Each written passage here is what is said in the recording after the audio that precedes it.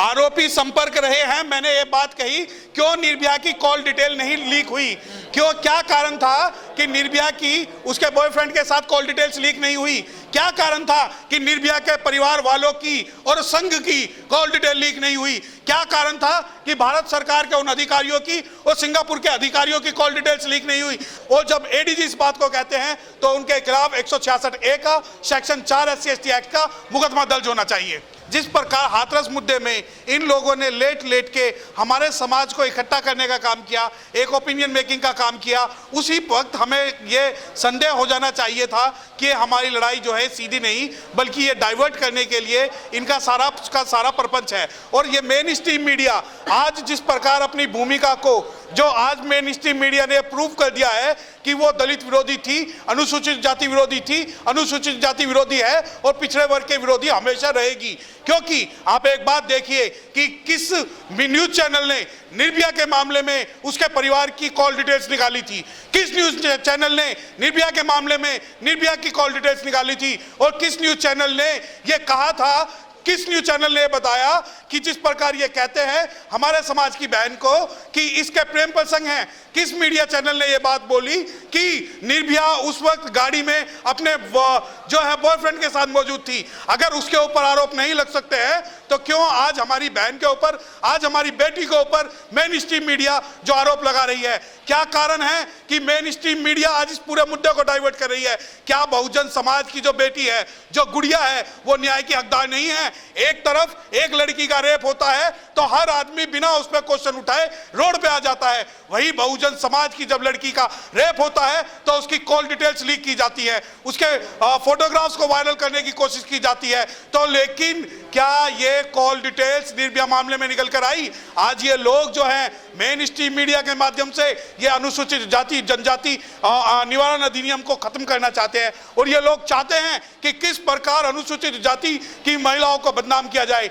जब हमारी जो आइडियल है फूलन देवी, जब वो फूलन देवी को की हत्या कर दी जाती है जातिवादी गुंडों के द्वारा, तो उस गुंडे को ये हीरो बना देते हैं। तो ये जो बात है कि मेन स्ट्रीम मीडिया में कहां तक विश्वास किया जाए, जो हमारा व्यक्ति आज मेन स्ट्रीम मीडिया की बात करता है या उसे देखता है, वो कहीं ना कहीं अपने समाज के साथ गद्दारी करने का काम कर रहा है। उत्तर प्रदेश के जो एक गैंगवार जो लीडर थे, जो ये कह रहे हैं कि रेप के अंदर फॉरेन फंडिंग हुई है, तो क्या निर्भया के अंदर इन्होंने ये कोई एंगल ढूंढने की कोशिश की? क्या कारण था कि निर्भया को दिल्ली से सिंगापुर ले जाया गया? क्या ये फॉरेन रिलेशनशिप नहीं था? लेकिन यही बात अगर बहुजन समाज की गुड़िया के रूप में होगा तो ये लोग उसको डाइवर्ट करेंगे। देखिए, मैं अपने एक्सपीरियंस से आपको एक बात बताना चाहता हूं कि भारत में दो प्रकार की विचारधारा है, एक अगड़ी विचारधारा, एक पिछड़ी विचारधारा। एक अगड़े लोगों के न्यूज चैनल है, एक पिछड़े लोगों के न्यूज चैनल है, एक जिसको मेन स्ट्रीम मीडिया कहा जाता है और एक जिसको रियल स्ट्रीम मीडिया कहा जाता है। एक वो जो बहुजन मीडिया की बात करती है और एक वो जो बिकाऊ मीडिया की बात करती है। तो ये जो बिकाऊ मीडिया जब आपके मुद्दे उठाने लग जाए तो सोच लीजिएगा दाल में कुछ काला है। देखिए, दो चीजें हैं इसमें। एक सबसे बड़ा षड्यंत्र यह है कि नाम मनीषा का नहीं उछाला जा रहा, नाम उछाला जा रहा है मनीषा वाल्मीकि का, ताकि कि पहले तो जिससे जो लोग हैं इस मामले को अनुसूचित जाति का मामला बता दें, उस अनुसूचित जाति के बाद में भी उपजाति का मामला बता दें। इन लोगों की मोडस ऑपरेंडी एक थी, इन लोगों को पता था कि किस प्रकार से शेड्यूल कास्ट के मुद्दे को डाइवर्ट करके, शेड्यूल कास्ट की महिलाओं को बदनाम करके ये दिखाना चाहते हैं कि भारत के अंदर रेप होते नहीं हैं, किए नहीं जाते, बल्कि उन रेप को करने के लिए फॉरेन फंडिंग होती है। लेकिन एक बात, मैं लॉ की एक बात बताना चाहता हूं कि लॉ में रेप एक वर्ड है, पैसिव सबमिशन। अगर कोई महिला जो है वो अपनी मर्जी से किसी के साथ भी रिलेशनशिप बनाती है तो इसका मतलब ये नहीं कि जो पुरुष है वो हमेशा हकदार हो जाए और वो पुरुष इस जातिवादी मानसिकता से उस लड़की का रेप करे। जब एडीजे वहां के इस बात को कहता है रेप नहीं हुआ, वो रेप हुआ है, क्योंकि एडीजे को शायद कानून की भाषा नहीं पता। Because recent amendment whatever which have done in this 2018 says that any object, any part of body if has been inserted into the vagina that would amount to rape। देखिए, ये जो स्टेट स्पॉन्सर टेररिज्म है, आप ये देखिए कि बहुजन समाज का या उसको समर्थन करने वाला कोई भी अगर लोग जाएंगे तो उनके खिलाफ 144 धारा के उल्लंघन का FIR दर्ज होगी।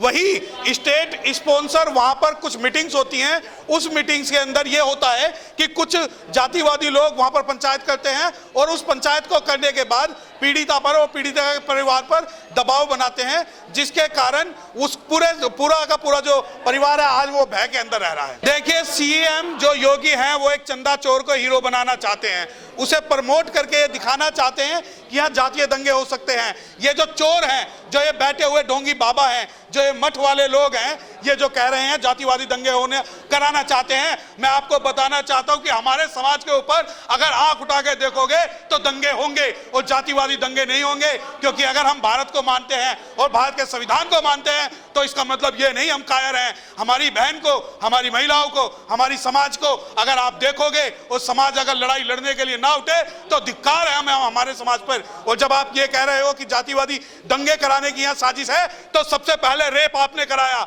सबसे पहले बॉडी को आपने जलवाया, सबसे पहले वहां लोगों को आपने पिटवाया, सबसे पहले जो सबूत है आपने नष्ट कराए। और जब ये अनुसूचित जाति के लोग अपना न्याय मांगने के लिए खड़े हो गए तो आप इस बात को कहते हैं कि ये लोग जातिवादी दंगे कराएंगे। देखिए, आरोपियों के समर्थन में पंचायतें आज ही नहीं हो रही, शुरू से हो रही हैं। ये आरोपियों का ही समर्थन था, जो उस आरोपियों के पक्ष वाली जो सरकार है इस पूरे मामले को डाइवर्ट कर रही है। और आरोपियों के समर्थन में एक बहुत बड़ा गिरोह, बहुत बड़े नेता, बहुत बड़े लोग सिर्फ इस वजह से आ रहे हैं ताकि SC/ST एक्ट को बदनाम किया जा सके। देखिए, जिस लेटर की आप बात कर रहे हो वो लेटर नहीं है, बल्कि इन्वेस्टिगेशन का एक पार्ट है जो ये सिद्ध करता है कि पुलिस और आरोपी एक साथ मिले हुए हैं। और पुलिस की कस्टडी से अगर वो लेटर बाहर निकला है तो कहीं ना कहीं यह बात इंगित करती है कि पुलिस ने जानबूझ के उस महिला को बदनाम करने के लिए, उस परिवार को बदनाम करने के लिए उस लेटर की लीकेज की है। जो स्पेशल सिक्योरिटी फोर्स है